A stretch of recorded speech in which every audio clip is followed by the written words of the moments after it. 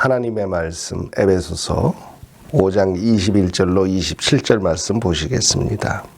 그리스도를 경외함으로 피차 복종하라. 아내들이여 자기 남편에게 복종하기를 주께 하듯 하라.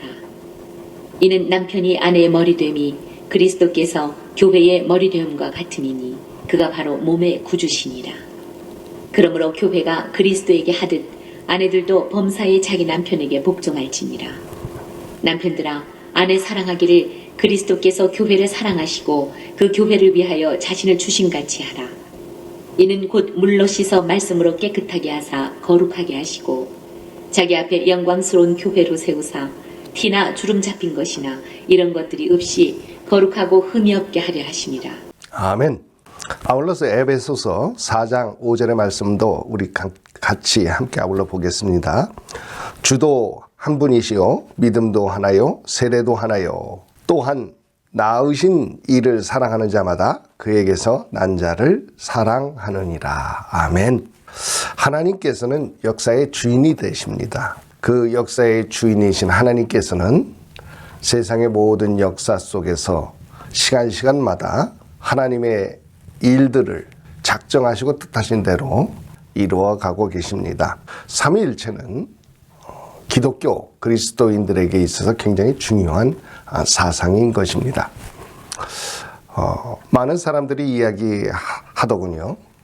성경에는 삼위일체라는 단어가 없다고, 자유의지라는 단어도 역시 없습니다. 그럼에도 불구하고 자유의지가 성경 속에서 우리들이 찾아볼 수 없냐면은 성경 속에서 많은 곳에서 자유의지에 관한 것을 설명하고 나타내고 말씀하고 계신 것을 또한 볼 수가 있습니다. 다시 말해서 글자로 써 있는 거나 거기에 나타나 있는 의미를 조합해서 그 정리해서 이야기하는 것과 큰 차이가 없다는 것을 제가 말씀드리고 싶어서 이 말씀을 드립니다.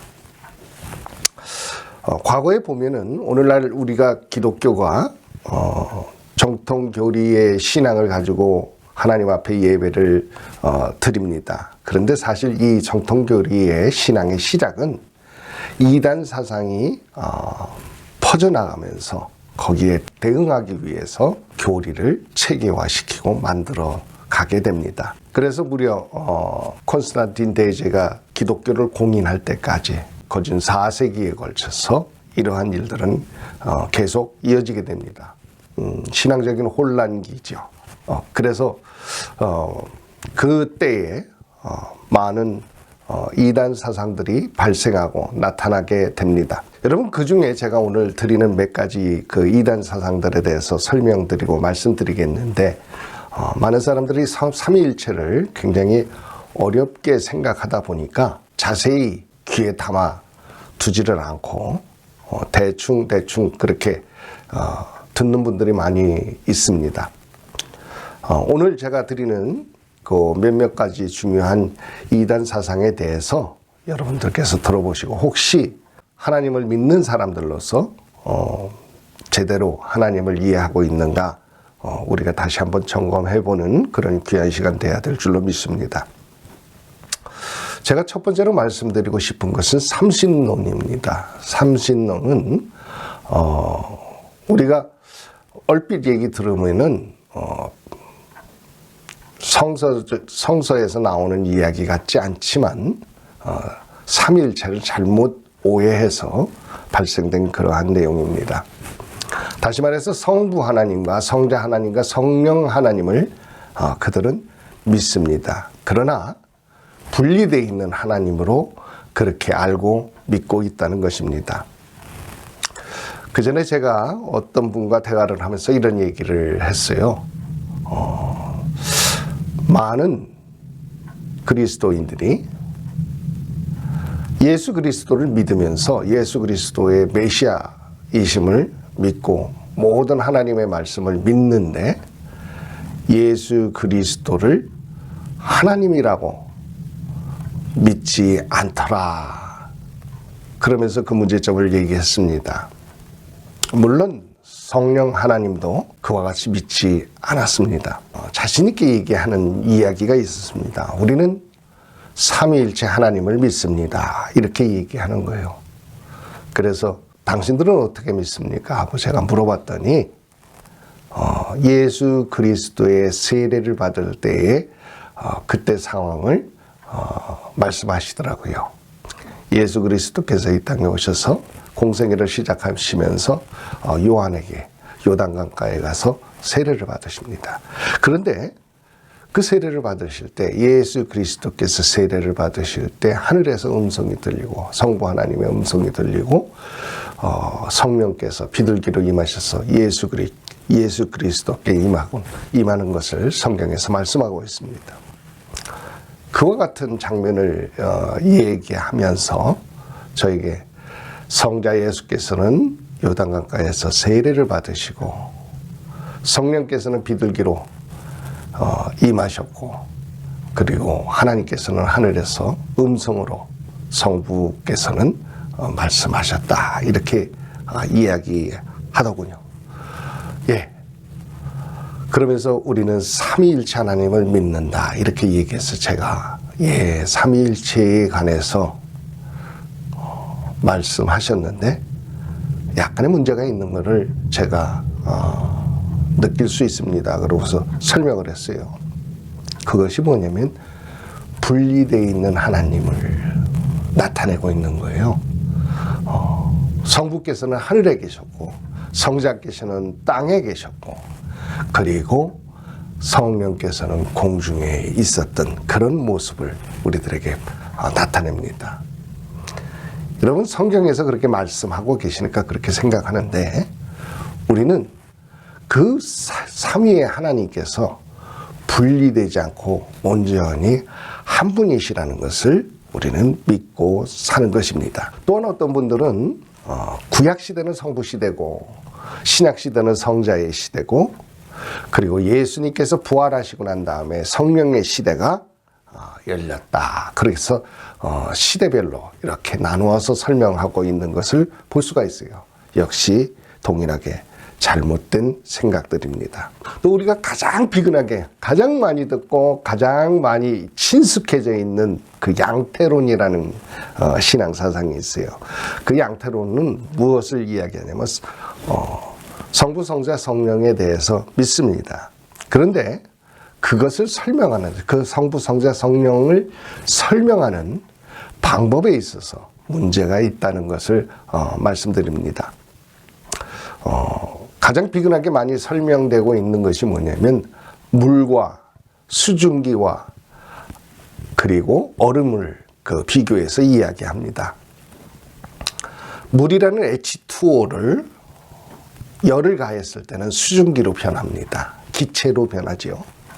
그런데 그 열을 뺏어버리면, 열을 제하여버리면 얼음으로 변하게 됩니다. 고체 상태로 변하죠. 액체, 고체, 기체로 이렇게 변화되는 모습을 볼 수가 있습니다. 여기서 보면 물이라는 동질한 성질의 것을 가지고 변화된 모습을 나타냅니다. 다시 말해서 가면을 쓰고 상황에 따라서 변화되는 모습, 그런 모습을 비교해서 설명하는 그런 모습인 것입니다. 또한 여기서 또 문제점이 뭐냐면 열을 가해야 변해지는 것입니다. 열을 빼서야 다른 모습으로 변하는 것입니다. 하나님은 그 무엇인가를 해야만 변화돼서 그 모습이 나타나는 그런 하나님이 아니시죠. 또 어떤 유명한 기독교인들이 많이 잘 알고 계시는 목사님이 설명하기를 발전소에서 발전되는 모습을 설명을 하는데 수력, 물이 낙차하면서 발전기를 돌리고 그 발전기에서 발생된 전기를 전선을 통해서 가정 쪽으로 공급하고 가정에 이르러서는 불을 딱 켜면은 환하게 세상을 비추는 빛이 된다. 이렇게 설명하는 것을 볼 수가 있어요. 역시 문제가 있는 설명입니다. 이런 설명들 많죠. 수박을 가지고 즙으로 설명했다가 아이스크림 같이 얼음으로 수박즙에 얼음으로 둔갑시켰다가 그렇게 해서 이야기하는 사람들이 많습니다. 어쨌든 양태론의 문제점은 무한하신 하나님을 인간의 세상 속에서 있는 그 일들을 통해서 설명하려는 것이 사실상 잘 맞지 않는 얘기입니다. 그렇기 때문에 이런 양태론도 잘못된 사상이라는 것을 여러분이 아시고 앞으로 그런 생각은 머릿속에서 제해버리시는 게 좋을 줄로 믿습니다. 또 어떤 사람들이 있습니까? 어떤 분들이 있냐면 단신론을 갖다가 얘기하시는 분들이 있죠. 그래가지고 그 단신론을 주장하시는 분은 하나님은 한 분이시다, 그렇게 말씀하시면서 예수 그리스도의 신성을 거부합니다. 메시아는 분명히 맞는데 그분이 하나님 되심은 아니라는 거죠. 이렇듯이 그리고 예수 그리스도는 인간에 불과한 거로, 그러니까 하나님이 특별하게 세우신 그런 인간이라는 것을 나타내고 이야기하고 있습니다. 역시 잘못된 그릇된 사상입니다. 또 요즘에 한국에서 또 많이 이렇게 발전되어 나가는 사상이 바로 뭐냐면 성부, 성자, 어머니, 하나님, 그래가지고 믿는 사람들을 제가 봤어요. 그랬더니 물어봤더니 그렇게 설명하더라고요. 놀랍게도 갈라디아서 4장 26절을 토대로 해서 이야기하더라고요. 오직 위에 있는 예루살렘은 자유자니 곧 우리의 어머니라, 이렇게 말씀하세요. 이 말씀은 그 전에 있던 그 말씀의 내용들을 잘 이해해야 됩니다. 그래서 사라와 하갈 그 모습을 비교하면서 우리들에게 설명하고 계신 거예요. 그런데 그거를 잘못 이해해서 마치 어머니 하나님, 다시 말해서 성령을 그렇게 비교했다고 저는 생각합니다.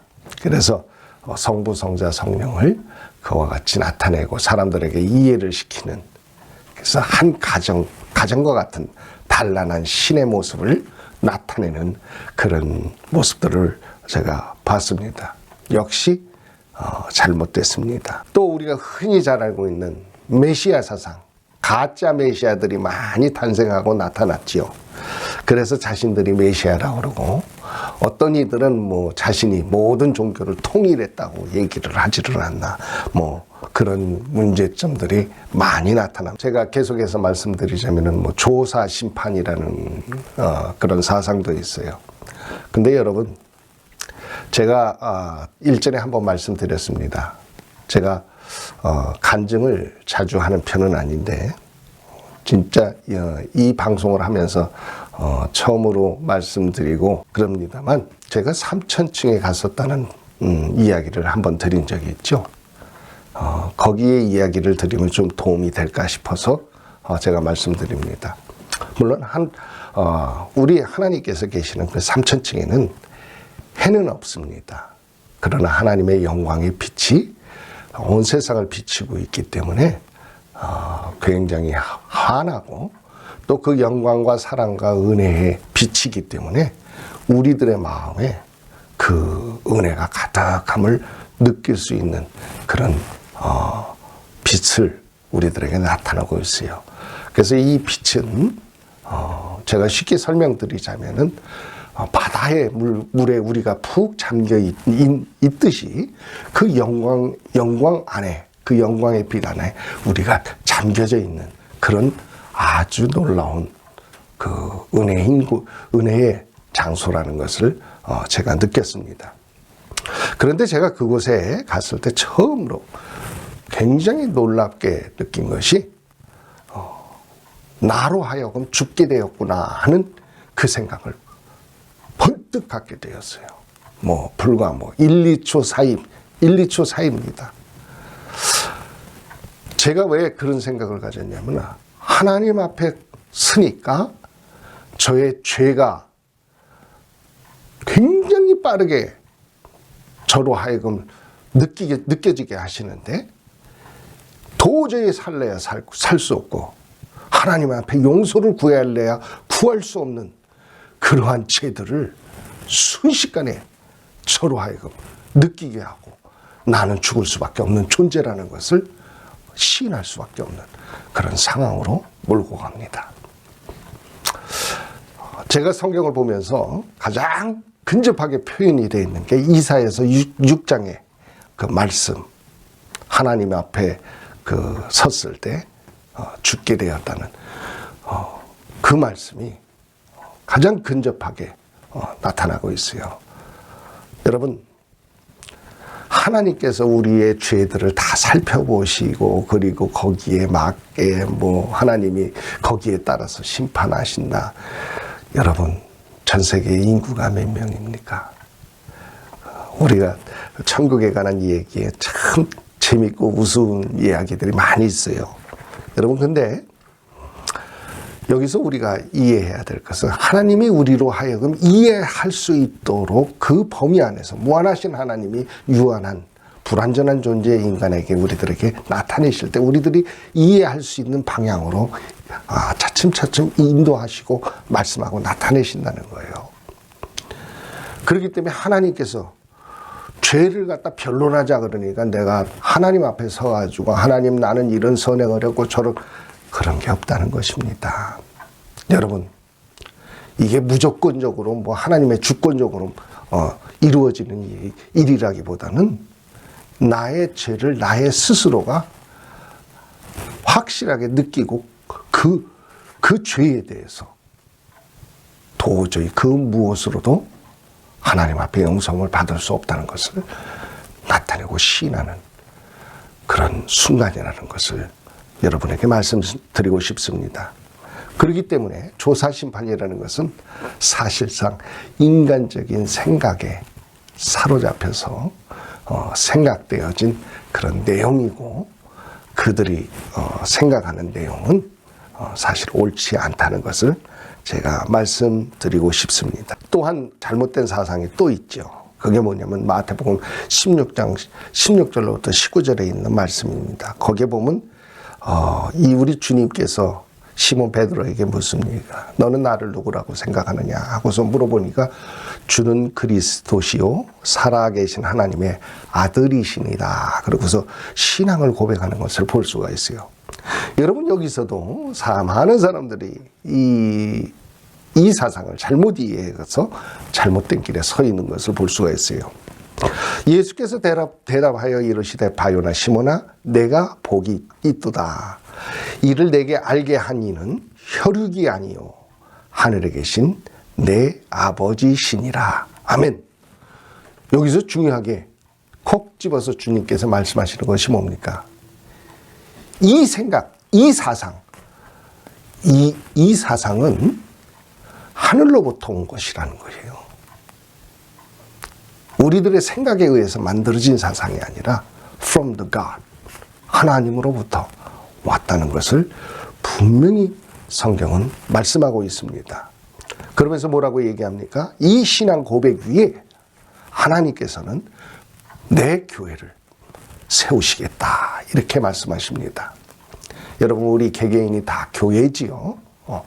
그리고 또 지역적으로 서 있는 교회들도 있습니다. 여러분, 어쨌든 우리 주님께서 모든 교회들이 모여서 예배드리는 이 교회든 우리 개개인 한 사람 한 사람이 주님을 모시고 그 내 안에서 성령으로 임하셔서 계시는 그 주님이시든 우리는 주는 그리스도여 살아계신 하나님의 아들이라는 것을 믿고 그 신앙 고백 위에 내 믿음의 집을 짓고 살아가는 귀한 성도들인 줄로 믿습니다. 그렇기 때문에 이 신앙 고백은 하나님으로부터 온 것이요 우리 개인의 것이 아니라는 것을 성경은 분명히 합니다. 그러면서 19절에 뭐라고 말씀하세요? 내가 천국 열쇠를 내게 주리니 내가 땅에서 무엇이든지 매면 하늘에서도 매일 것이요 내가 땅에서 무엇이든지 풀면 하늘에서도 풀리리라 하시고 이렇게 말씀하세요. 여러분, 이 말씀의 그 근본적인 뜻은 모든 권세를 우리들에게 주었다는 게 아닙니다. 베드로, 다시 말해서 주님의 제자들에게 그런 권세를 주셔서 너희들이 이 땅에서 묶으면 하늘에서도 묶이고 너희들이 정죄하면 그 정죄가 하늘에서도 그대로 적용된다. 뭐 이런 내용으로 사람들이 오해하는 사람들이 있어요. 이 말씀은 제자들에게 하시는 말씀으로서 제자들이 가야 될 길에 대해서 그 말씀을 가르치고 선포하고 세상 중에 나타내야 될 그 말씀의 교훈을 나타내는 자들로서 제자들이 얼마나 중요한 위치에 있는가. 그들이 말 한마디를 통해서 설명하고 나타내는 하나님의 말씀이 그릇되어질 때 어떤 엄청난 결과가 오는가.